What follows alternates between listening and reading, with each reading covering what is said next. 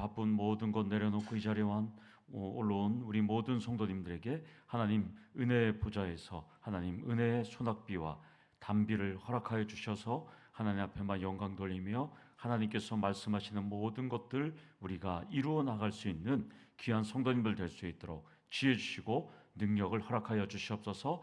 전하는 자 듣는 자 은혜 받는 귀한 시간 되고 아버지 하나님 앞에 기도드릴 때 기도에 응답받는 귀한 시간 될 수 있도록 하나님 역사하여 주시옵소서.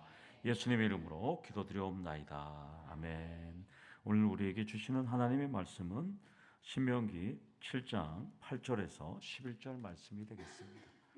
신명기 7장 8절에서 11절 말씀이 되겠습니다.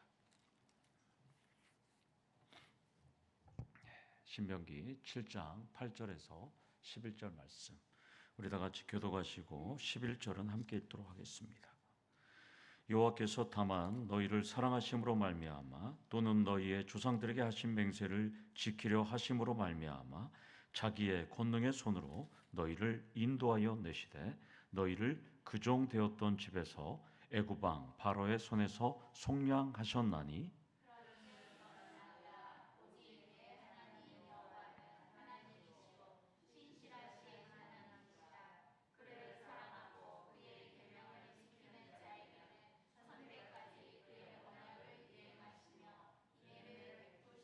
그를 미워하는 자에게는 당장에 보응하여 멸하시나니 여호와는 자기를 미워하는 자에게 지체하지 아니하시고 당장에 그에게 보응하시느니라.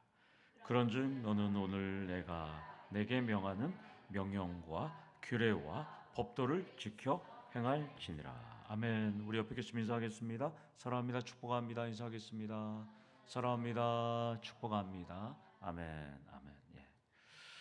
요즘 아침이나 오후에 시간이 될 때마다 제가 옆에 펜스 안 친 밭 40평을 갈아엎고 있습니다.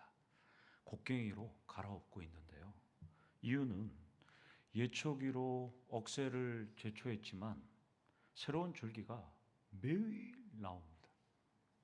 억새는 약을 쳐도 다음에 다시 자라는 식물, 강인한 식물이에요. 뿌리까지 뽑아야 제거할 수 있습니다. 그런데 뿌리도 뽑는데 뿌리가 또 다 연결되어 있어요. 큰 억새를 여러 개를 제가 제거했어요. 이만한 굴럭지를. 그리고 지금 하나하나씩 지금 제거하고 있습니다. 뿌리가 연결되어 있어서 하루 정해진 양을, 햇빛에 노출되는 양을 좀 적게 해서 조금씩 제거합니다. 지나간 사람들 저를 봐요. 밭주인인지. 현재 15% 정도 밭을 갈아엎었습니다. 밭을 갈아엎으면서 깨달은 것이 여러 가지가 있어요. 다 오픈은 할 수 없습니다. 여러분들 그 학교의 교수님이나 또 전문가들이 자신들의 지식을 다 오픈하진 않아요. 먹고 살아야 되니까. 저도 깨달음이 여러 가지가 있는데 2개만 오픈하겠습니다. 2가지를 나눈다면 녹슨 곡괭이로 밭을 갈다 보니까 반짝반짝 날이 섰습니다. 반짝반짝. 처음에는 그냥 녹이 섰어요. 근데 땅을 계속 지금 일주일 넘게 파다 보니까 지금 반짝반짝 날이 섰습니다. 아주 부엌칼처럼 날이 섰습니다. 기도도 헌신도 소망도 전도도 하지 않으면 무뎌지고 녹이 씁니다. 녹슬거나 무디지 않도록 매일 여러분들도 갈아야 한다는 그 말이 저는 현실로 증명하고 있습니다. 또 하나는 잘 들으셔야 돼요. 아직 갈지 않은 밭의 억새들은 더체험교회 담임 목사가 자기들을 갈아엎을 줄 몰라요. 잘 자라고 있습니다. 매일 봐요. 너 내일 다 없어버립니다. 매일 제가 갈아엎습니다.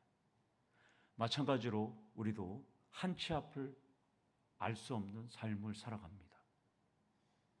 여러 가지 일들이 훅 치고 들어오면 저는 걔네들을 다 파서 지금 떼약볕에 말려서 다 죽게 합니다. 지금 여러분들도 매일처럼 잘 자라고 있는 것 같지만 훅 치고 들어올 때 어떻게 내가 잘 신앙으로 견딜지 기도로 이겨내시기를 원합니다.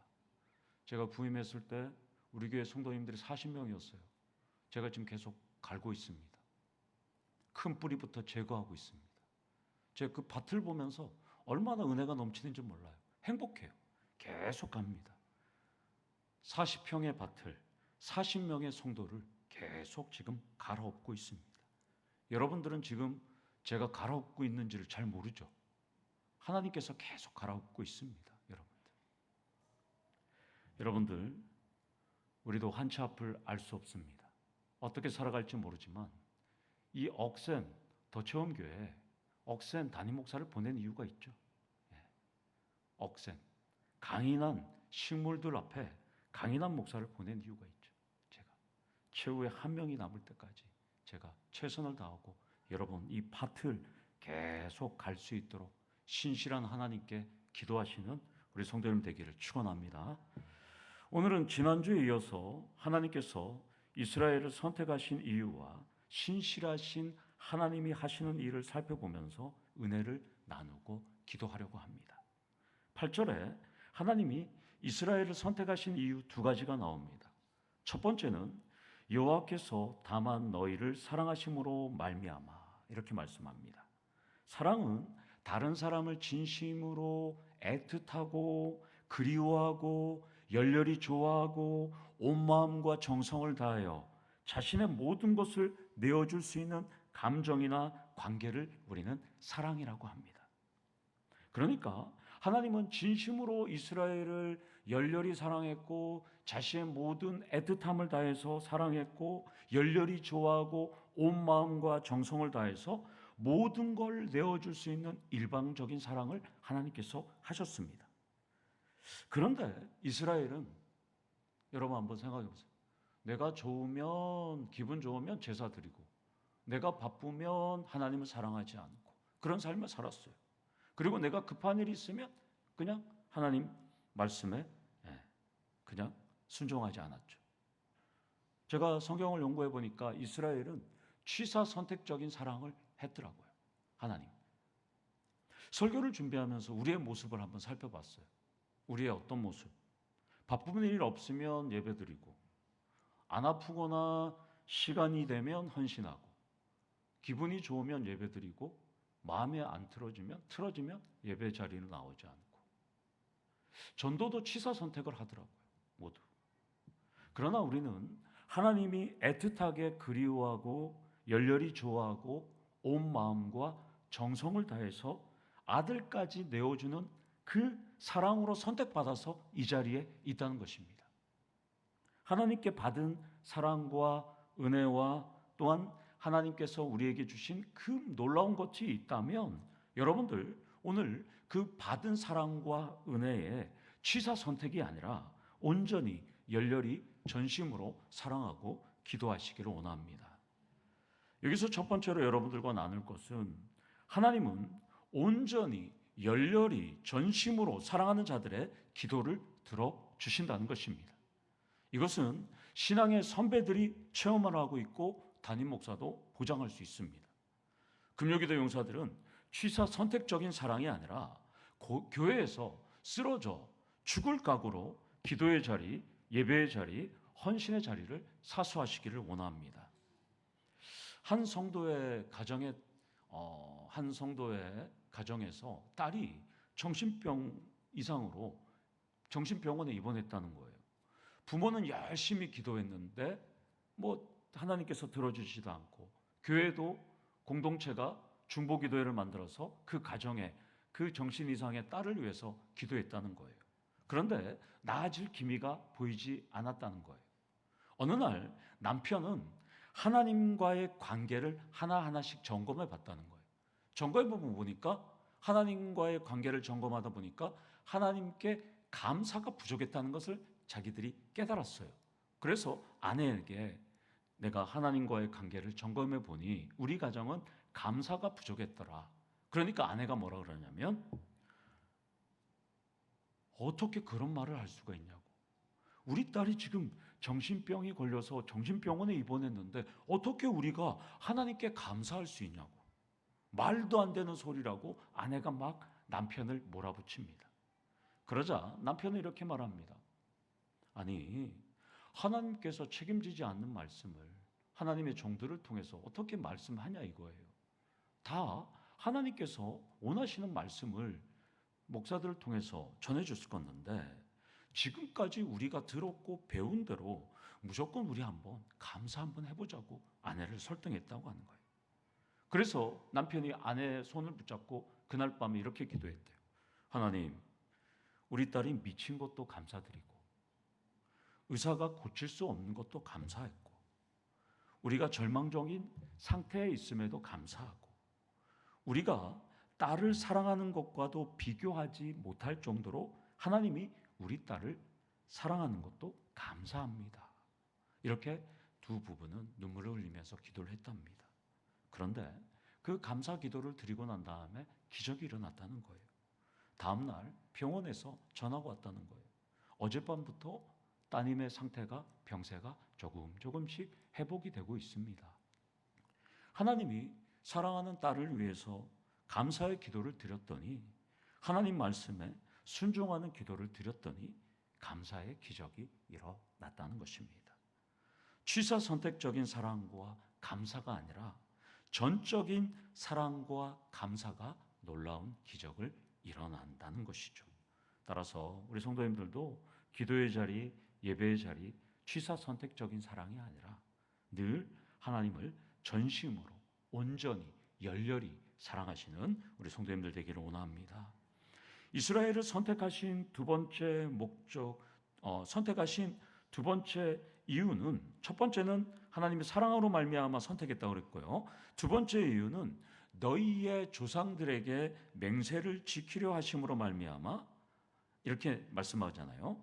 그래서 맹세를 지키기 위해서 너희를 선택했다는 거예요. 맹세는 약속이나 목표를 꼭 실천하겠다는 다짐이에요. 그러니까 하나님께서는 한 번 선택하셨으면, 한 번 맹세하셨으면 끝까지 책임지신다는 것입니다. 그래서 민수기 23장 19절에 발람은 이스라엘에 대한 저주를 할 때 두 번째 예언을 이렇게 얘기합니다. 하나님은 사람이 아니시니 거짓말을 하지 않으시고 인생이 아니시니 후회가 없으시도다. 어찌 그 말씀하신 바를 행하지 않으시며 하신 말씀을 실행하지 않으시랴. 이스라엘 조상들에게 약속하신 맹세하신 하나님은 지금도 살아 역사하시고 성경 66권의 말씀을 우리에게 주셨다는 것입니다. 그래서 여러분들이 이 밤에 기도할 때, 애타게 기도할 때 하나님은 이런 감화 감동을 주시죠. 딸아, 나도 안다. 아들아, 나도 안다. 이렇게 하나님께서는 말씀하시는 거죠. 여러분들에게.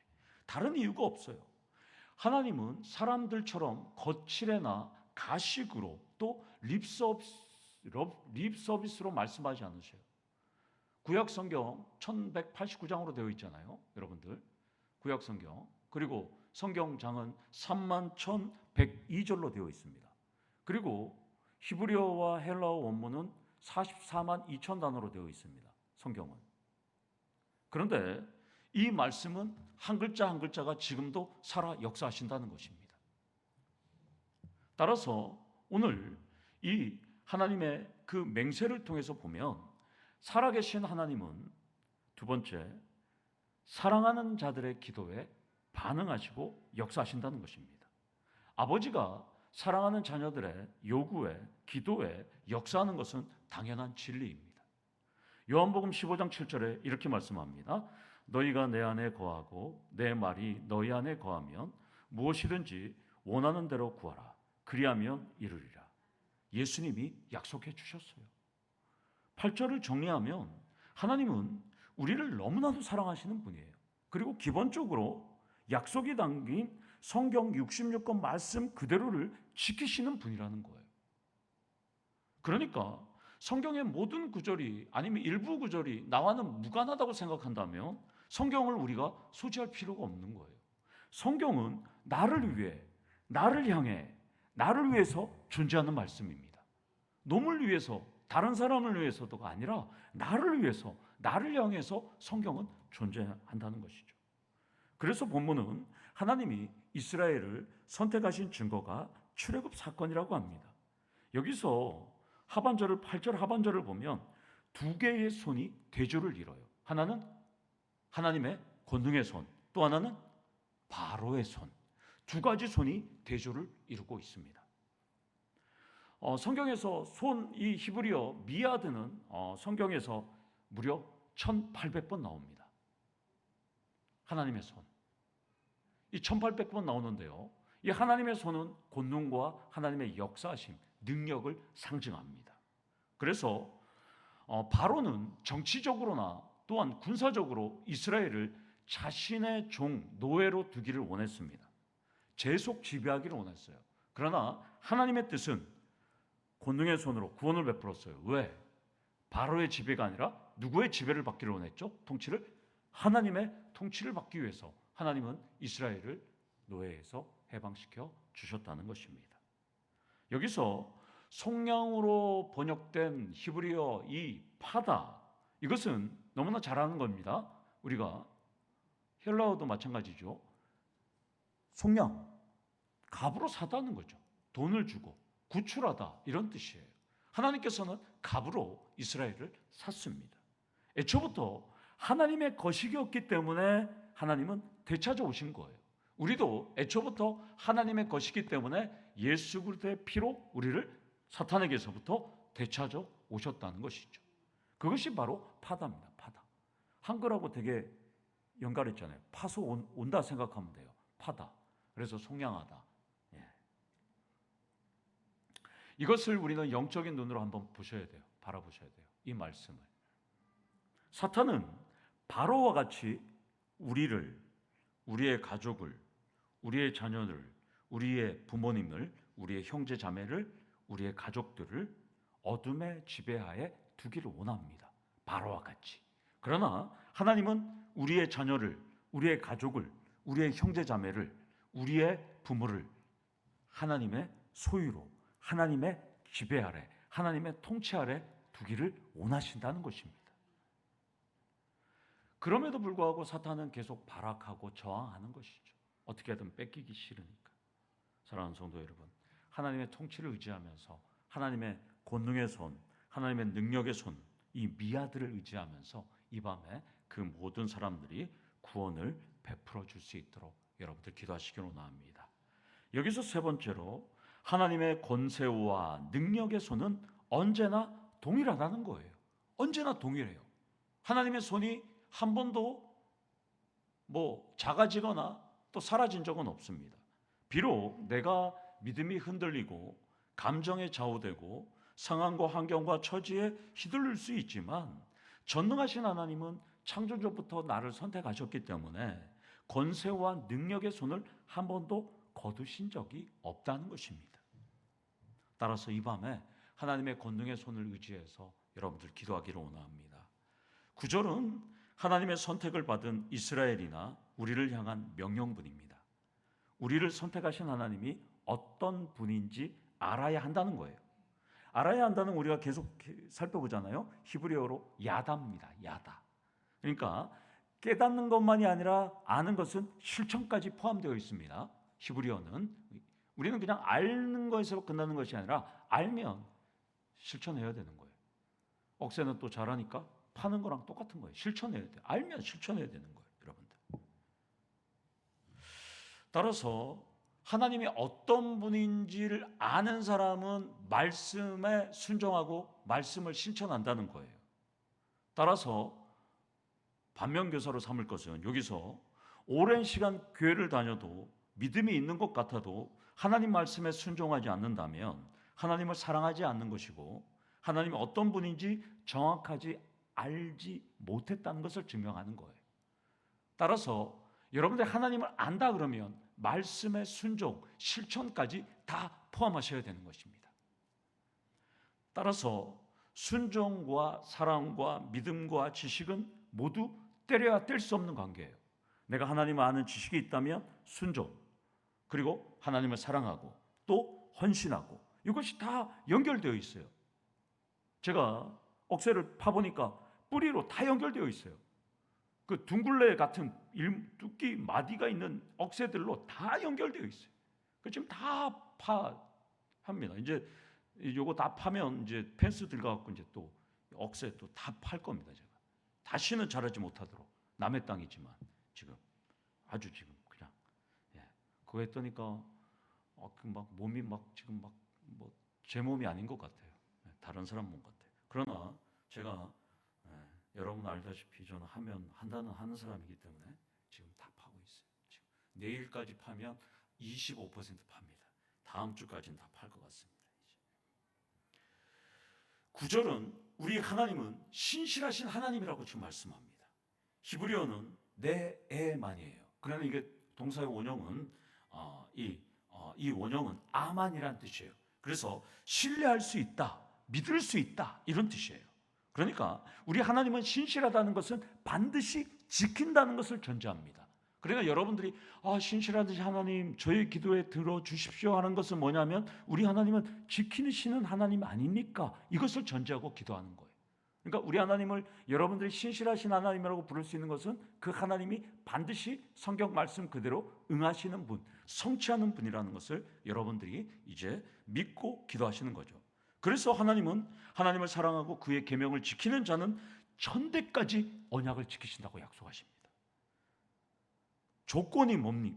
조건이 먼저예요. 하나님을 사랑하고 그의 계명을 지키는 자는 천대까지 언약을 지킨다는 거예요. 천대까지는 영원을 의미합니다. 여러분, 천대. 자, 그러면 여러분은 신실하신 하나님을 믿고 신실하신 하나님을 사랑하고 신실하신 하나님께 기도하기 위해 왔으니까 본문이 여러분께 다 해당되는 거예요. 그 하나님께 기도하시면서 여러분들도 하나님께서 반드시 이루어지는 것을 경험하기를 원합니다. 옆에 계신 분들에게 축복 한번 하겠습니다. 이렇게 말하겠습니다. 별이 5개가 아니라 천대야 천대. 별이 5개가 아니라 천대야 천대. 천대야 천대. 하나님께서 천대를 지켜주시는데요. 자, 한번 계산해 보세요. 한 대가 우리가 보통 한 대가 30년이잖아요. 천대면 몇 년이 돼요?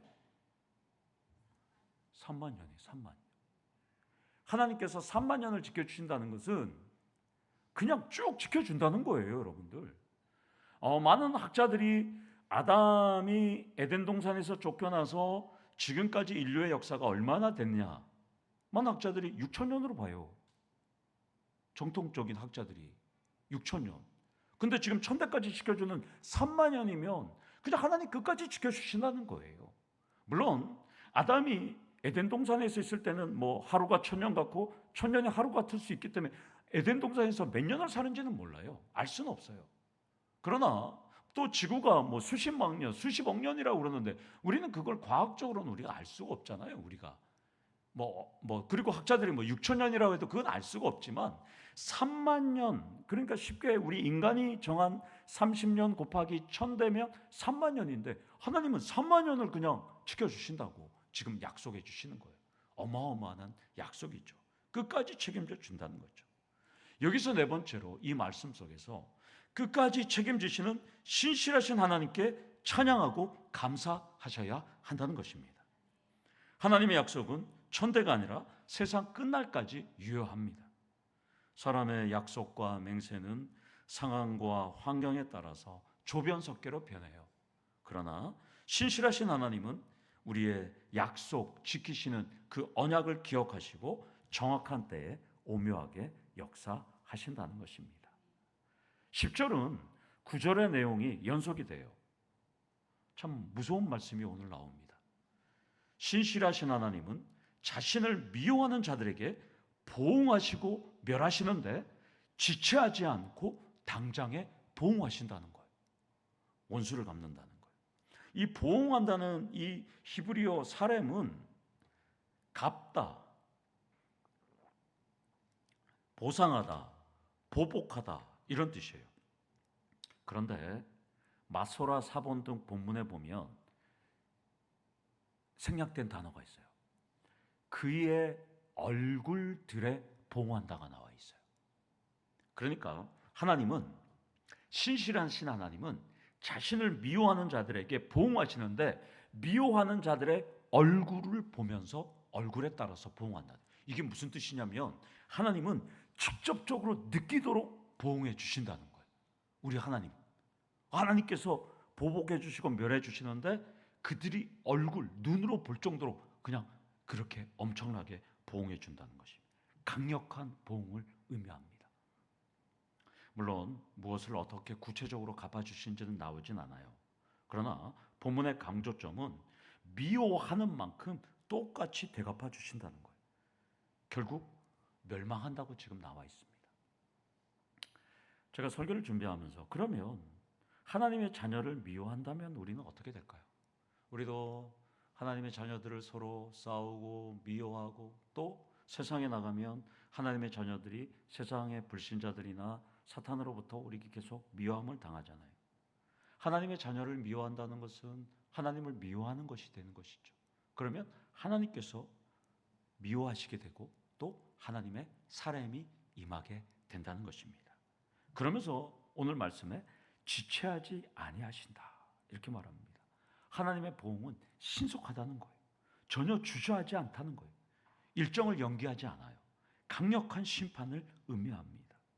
참 신실하신 하나님은 우리를 천대까지 지키시고 보호해 주실 뿐만 아니라 우리를 미워하는 자들이나 하나님을 미워하는 자들은 하나님께서 보응하시는데 그들을 멸하시기까지 보응하신다. 결과적으로 하나님을 믿지 않은 그 사랑하지 않는 사람들은 영원한 사망으로 간다는 것이죠. 결과적으로. 결론은 분명합니다. 신실하신 하나님을 사랑하고 말씀을 순종하는 자는 영원한 인애가 기다리고 있다는 것입니다. 미워하는 자는 영원한 멸망이 기다리고 있다는 것입니다.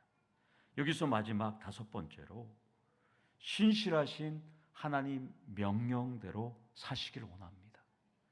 그런데 이걸 잘 알지만 실천이 참 어려워요.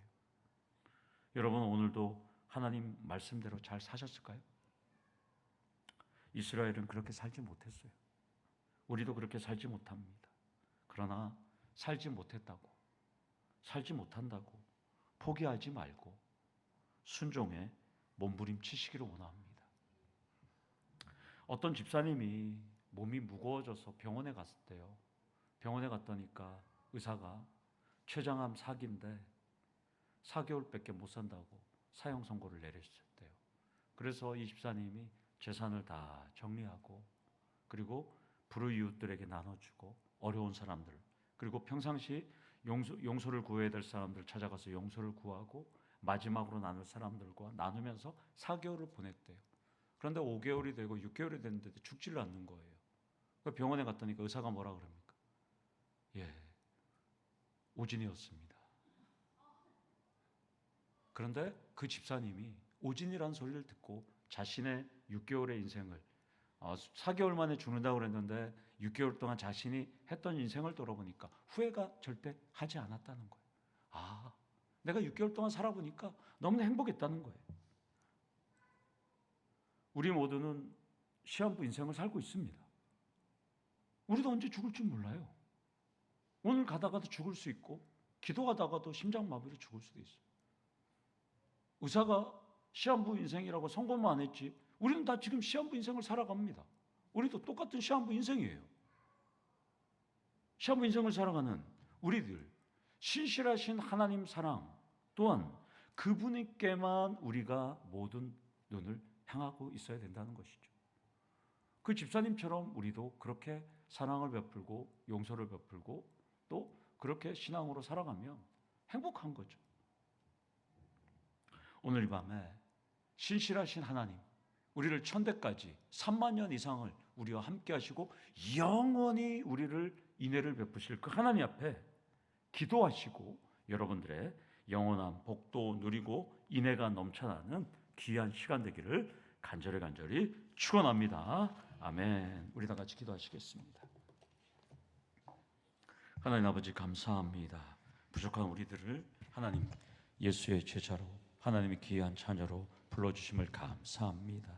하나님 신실하신 하나님 우리의 기도에 응답하시고 지체하지 않으시고 또 영원한 생명과 영원한 약속을 하신 하나님 우리 육신의 모든 질병, 우리의 연약함까지 아버지 하나님 이 밤에 기도할 텐데 하나님 들어주시고 응답하여 주시고 우리 성도님들의 그 모든 기도에 우리 하나님 연락해 주셔서 아버지 하나님 선한 길로 인도하여 주시고 하나님의 귀한 것들로 아버지 하나님 보배로운 귀한 하나님의 귀한 자녀들의 기도에 우리 하나님 일일이 응답하여 주시고 오늘 불의 효들처럼 성령의 충만한 밤이 될 수 있도록 하나님 역사하여 주시옵소서. 예수님의 이름으로 기도드리옵나이다. 아멘. 우리 다 같이